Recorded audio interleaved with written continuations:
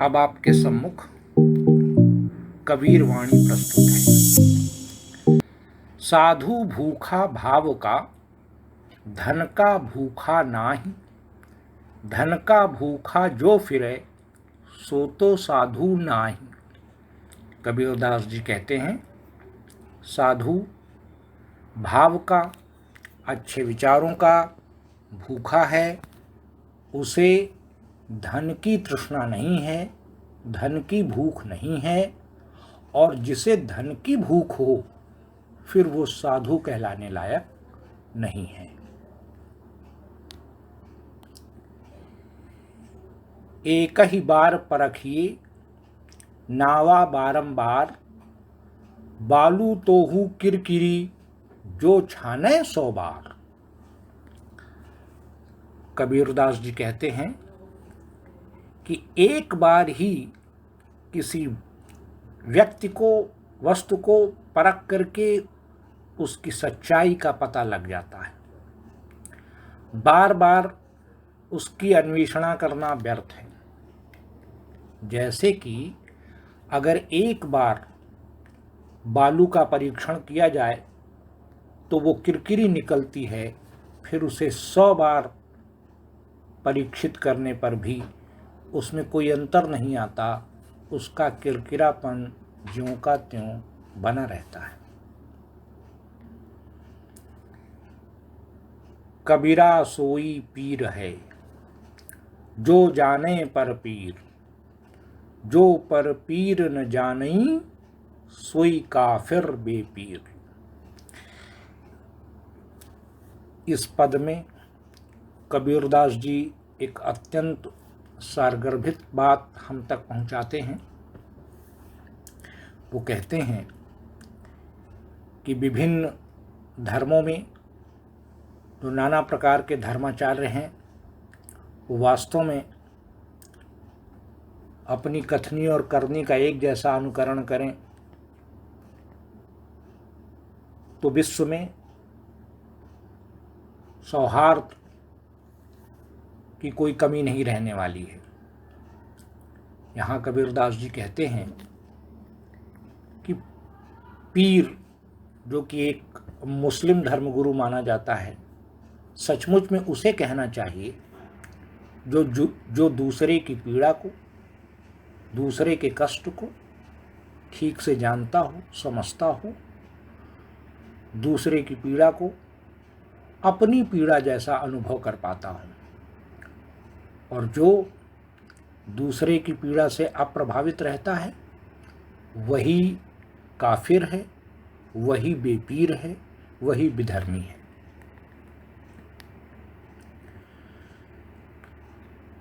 कबीरा ते नर अंध हैं, गुरु को कहते और।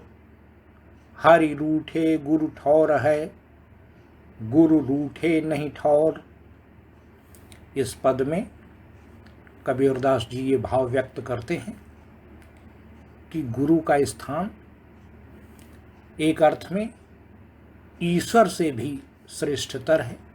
वो कहते हैं कि वो लोग अंधे हैं जो गुरु की अवहेलना करते हैं, गुरु की महिमा को समझ नहीं पाते, क्योंकि अगर एक बार ईश्वर हमसे रुष्ट हो जाए तो गुरु की शरण में जा कर के हमारा उद्धार हो सकता है, लेकिन अगर गुरु रुष्ट हो जाए तो फिर हमारा कोई आश्रय नहीं है।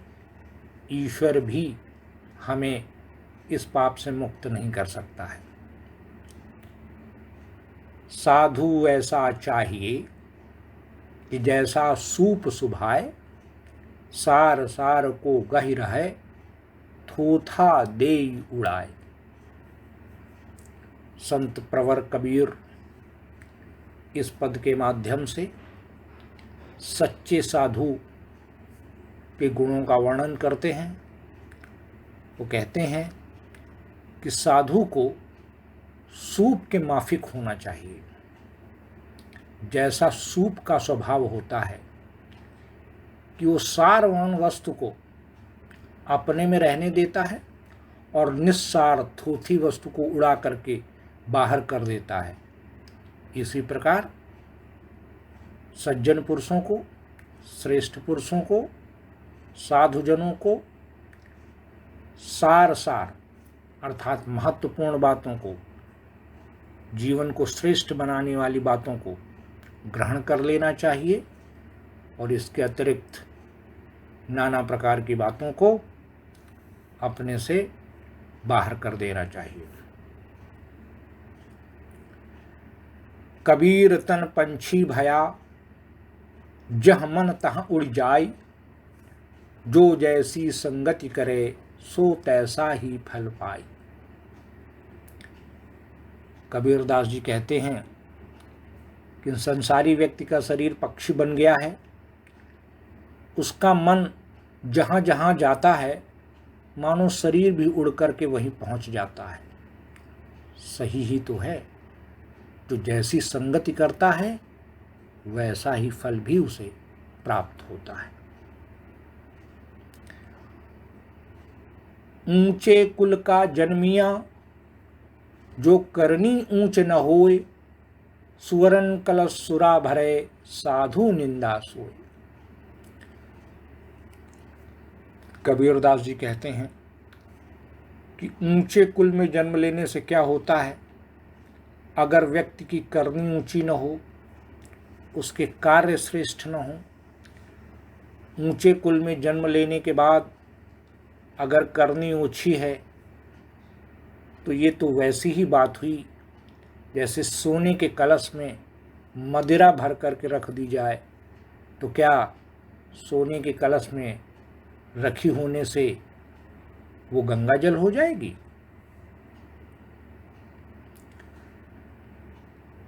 काल करे सो आज कर, आज करे सो अब, पल में परलय होएगी, बहुरी करोगे कब।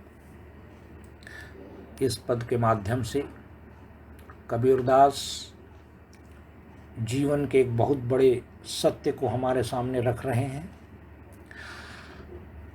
जो ये बताता है कि अगर हमने आज के लिए अपने निर्दिष्ट काम को न किया, उसे कल पर टाल दिया, कल के काम को परसों पर टाल दिया, तो ऐसे में कार्य कभी पूर्ण नहीं होगा और पता नहीं कब कौन सी परिस्थिति आ जाए और हम केवल सोच विचार करते रह जाएं, काश हमने ये किया होता, काश हमने ये कर पाया होता। इसलिए कबीरदास जी सचेत करते हैं कि पल भर में प्रलय हो सकती है, फिर कब करोगे? अभी सचेत हो जाओ, सोच लो, अभी हाथ में समय है, कल शायद वो भी नहीं मिलेगा। जब मैं था तब हरि नहीं, अब हरि हैं मैं नाही, सब अंधियारा मिट गया, जब दीपक देखा माही। इस पद के माध्यम से संत शिरोमणि कबीर ये भाव व्यक्त करते हैं कि ईश्वर के दर्शनों के लिए मनुष्य की अहंता का, अहंकार का, मैं पने के भाव का नष्ट हो जाना नितांत जरूरी है। यहाँ मैं प्रतीक है अहंकार का, और इसलिए एक विरोधाभासपूर्ण बड़ी ही चमत्कारी उक्ति ये कबीर की बन गई है, जिसमें वो कहते हैं कि जब मैं था तब ईश्वर नहीं, और जब ईश्वर हैं तो मैं नहीं।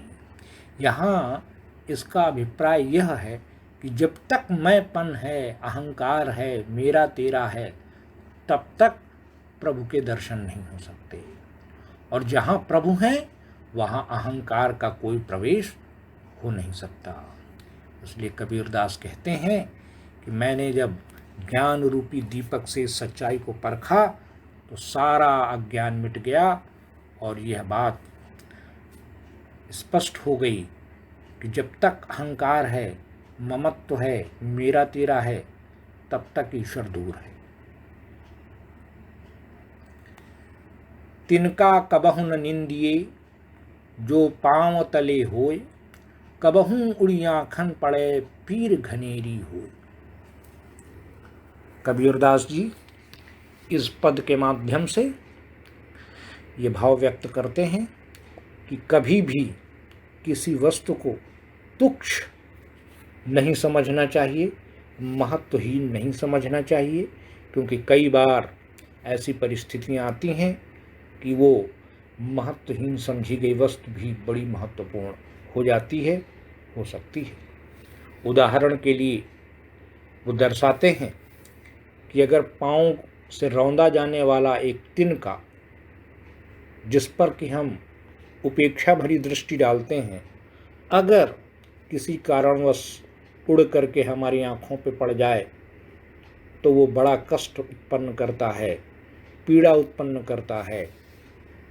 यह उदाहरण ये दर्शाने के लिए पर्याप्त है कि वो पाँव तले रौंदा जाने वाला टुकड़ा भी किसी समय किसी परिस्थिति में एक विशेष कष्ट या एक विशेष वेदना को जन्म दे सकता है। दोष पराये देख कर चला हसंत हसंत, अपनी याद न आवई जिनका आदि न अंत। मनुष्य का यह स्वभाव है, वो दूसरे के दोषों को देखने में विशेष प्रसन्नता का अनुभव करता है।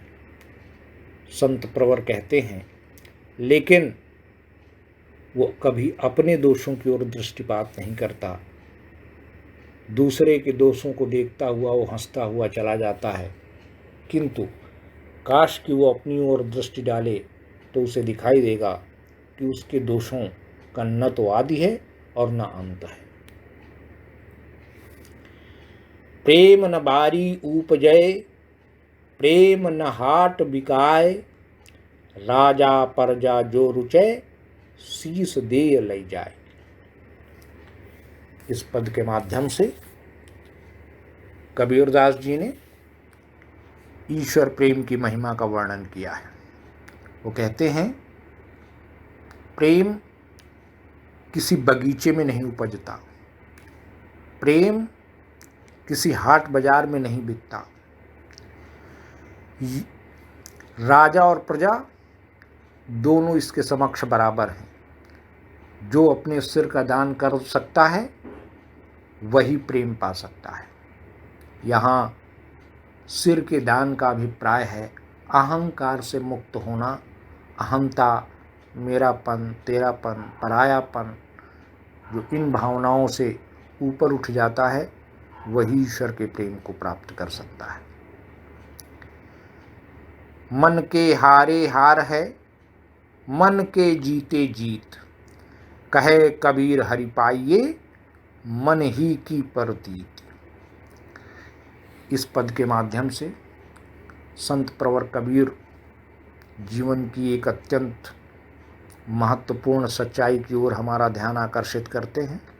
वो कहते हैं कि वास्तव में हार जीत मन पर निर्भर करती है। जिसका मन हार गया वो सचमुच में हार गया, और जो बाहरी तौर पे हारा हो लेकिन मानसिक तौर पे अपने को हारा न मानता हो, वो हारते हुए भी मानो जीता हुआ है। इसलिए वो कहते हैं कि ये मन ही है, इस मन से ही अगर ईश्वर की प्रीति कर ली जाए, ईश्वर का विश्वास पा लिया जाए तो ईश्वर के दर्शन सुलभ हैं। और अगर मन को ये विश्वास नहीं है तो बहुत कुछ होने के उपरांत भी ईश्वर की प्रीति नहीं मिल सकती।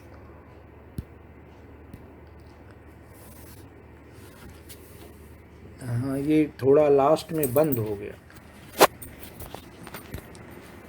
राम नाम के पट तरे, दैबे को कछु नाहि, क्या दै गुरु संतोषिया, हौस रही मन माहि।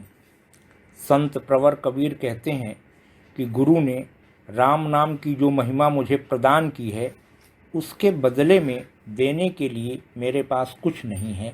मेरे मन में हमेशा ये बात बनी रही कि आखिर क्या कुछ दे करके गुरु के ऋण से उऋण हुआ जा सकता है। लेकिन ये बात मेरे सम्मुख आई कि इस महान कृपा के बदले में कोई भी वस्तु दे करके गुरु के ऋण से उऋण नहीं हुआ जा सकता है।